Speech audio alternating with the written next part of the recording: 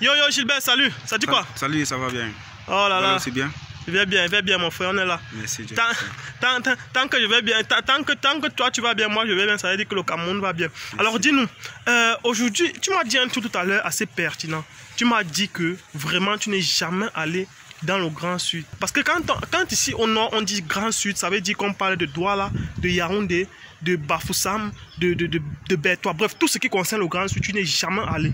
Alors explique-nous un peu ton quotidien ici au nord. Explique-nous comment ça se fait que depuis que tu sois né, tu n'y sois jamais allé et quelles sont les raisons. Marwa Diamare, Wuro Jaini Tare.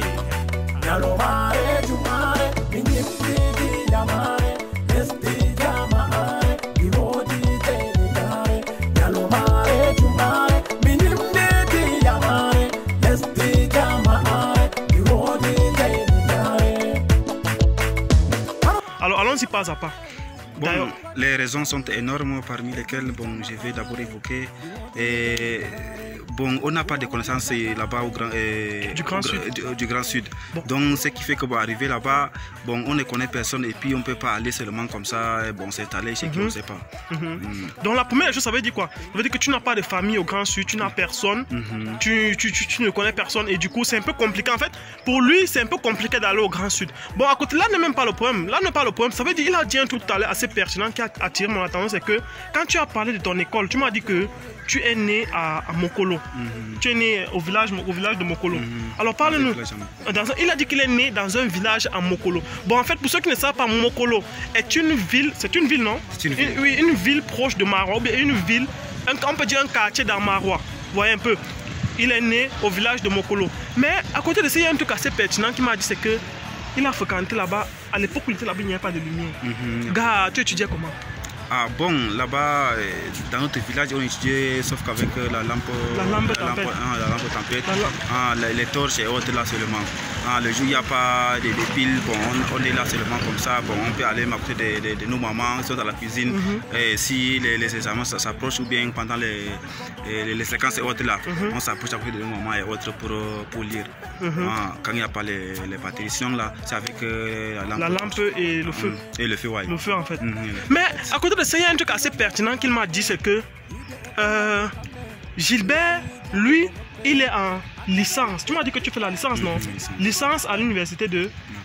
Regardez bien, essayez de voir, malgré toutes ces conditions qui ne sont pas réunies, le gars a pu s'en sortir, le gars a pu se battre parce qu'aujourd'hui il est en licence.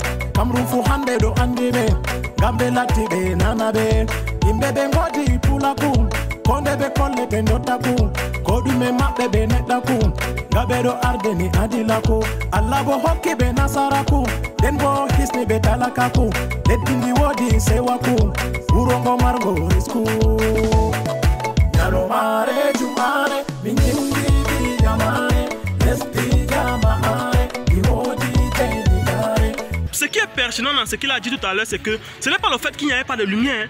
En fait, le fait qu'il n'y ait pas de lumière dans son village n'a pas été un frein à son développement. Lui, il m'a dit qu'il est en licence. Tu m'as dit que tu es en licence numéro 3. Dis-nous, qu'est-ce que tu comptes? Tu as dit que tu faisais licence en quoi? En sociologie. Sociologie. Sociologie où? À l'université de Maroua. À l'université de Maroua. Donc regardez à quel point, malgré toutes ces conditions qui n'étaient pas réunies il y a de cela quelques années, parce qu'il n'y avait pas de lumière, il n'y avait pas d'eau. Tu m'as dit que quoi, que c'est maintenant que l'eau arrive dans ton village, non? C'est maintenant que la lumière arrive. Mais tu as pu fréquenter jusqu'à ce que tu es déjà en master, en licence, en sociologie. Dis-nous, qu'est-ce que tu comptes faire après ta formation en licence? Qu'est-ce que tu comptes faire? Bon, après ma formation, si Dieu est volant, je vais postuler dans beaucoup de concours et puis c'est pas, en tout cas, n'importe quel concours seulement qui va sortir, je vais postuler puisqu'on a maintenant là on n'a pas le choix. On ne peut pas choisir faire tel concours et autres puisque les conditions ne sont pas réunies et autres là. C'est en fonction de peu que j'ai que je vais faire les concours.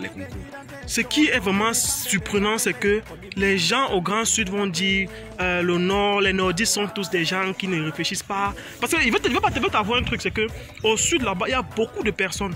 Parce que quand ils voient les nordistes là-bas, ils se disent que non. Parce que beaucoup de nordistes au Grand Sud font la moto. Ce sont des motomanes que je te montre.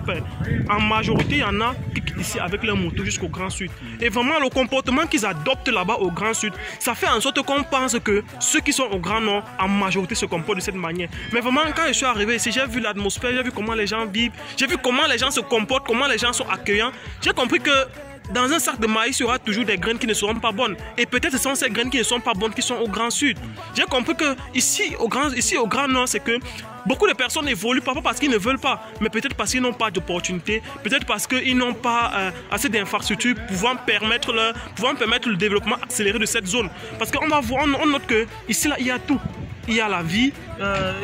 Bref, la seule chose qui manque ici, c'est l'éducation.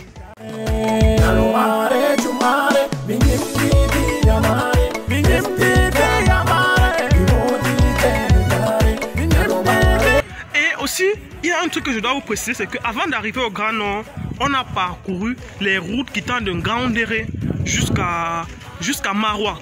Mais les gars, je vous assure que quand j'ai vu le Grand Nord, quand j'ai vu les routes du Grand Nord, je me suis dit que le Cameroun était fini. Donc je ne pouvais pas imaginer qu'il y avait encore des espaces comme ça ici. Car, je t'assure, non, quand on quittait de Ngaoundéré jusqu'à Garoua, jusqu'à Maroua, tout ce que j'ai vu en route, je te jure, je croyais que le Cameroun finissait là-bas. Parce que tu voyais encore des gens qui vivent dans un état primitif. Ici, on a l'opportunité de voir des belles maisons comme on voit là. Ici, on a l'opportunité de voir des gens instruits. Mais je vous assure que faites un jour le trajet Ngaoundéré pour Maroua. Vous allez comprendre qu'il y a beaucoup de personnes qui ne savent même pas ce que veut dire lumière. Parce qu'il y a des gens que vous allez voir, ils vivent encore dans les maisons en terre cuite. Je dis bien en terre cuite, comme vous entendez souvent, comme vous voyez souvent dans les livres dessinés là. Il y a des gens qui vivent dans les maisons en terre cuite. Il y a des gens qui vivent encore de la chasse, de la cueillette jusqu'en 2021 où nous sommes. Alors sur ce, vraiment, ça a été une expérience vraiment très formidable pour moi. Et aussi, sans compter les jeunes qui ont assisté à ma formation, des jeunes que j'ai pu former parce que cette expérience m'a permis de transmettre aussi des connaissances que j'ai et aussi ça m'a permis de découvrir l'autre face cachée du Cameroun en fait. Parce que je vous invite, vous qui êtes à la maison, vous qui n'êtes jamais venu dans le Grand Nord, c'est vrai, peut-être vous pouvez ne pas avoir quelqu'un ici, mais dites-vous qu'avec un peu d'argent, tu peux venir faire un week-end, un saut, tu viens découvrir comment les gens fonctionnent, quelles sont les mentalités des gens d'ici, comment est-ce qu'ils se comportent vis-à-vis de vous et je vous assure que vous ne serez pas dessus. Je vous assure que ici là vous vous sentirez comme chez vous, vous aurez envie de rester, mais c'est juste que peut-être vos occupations vous permettent de rentrer. Alors en image, alors sur ce, je vous dis. Venga la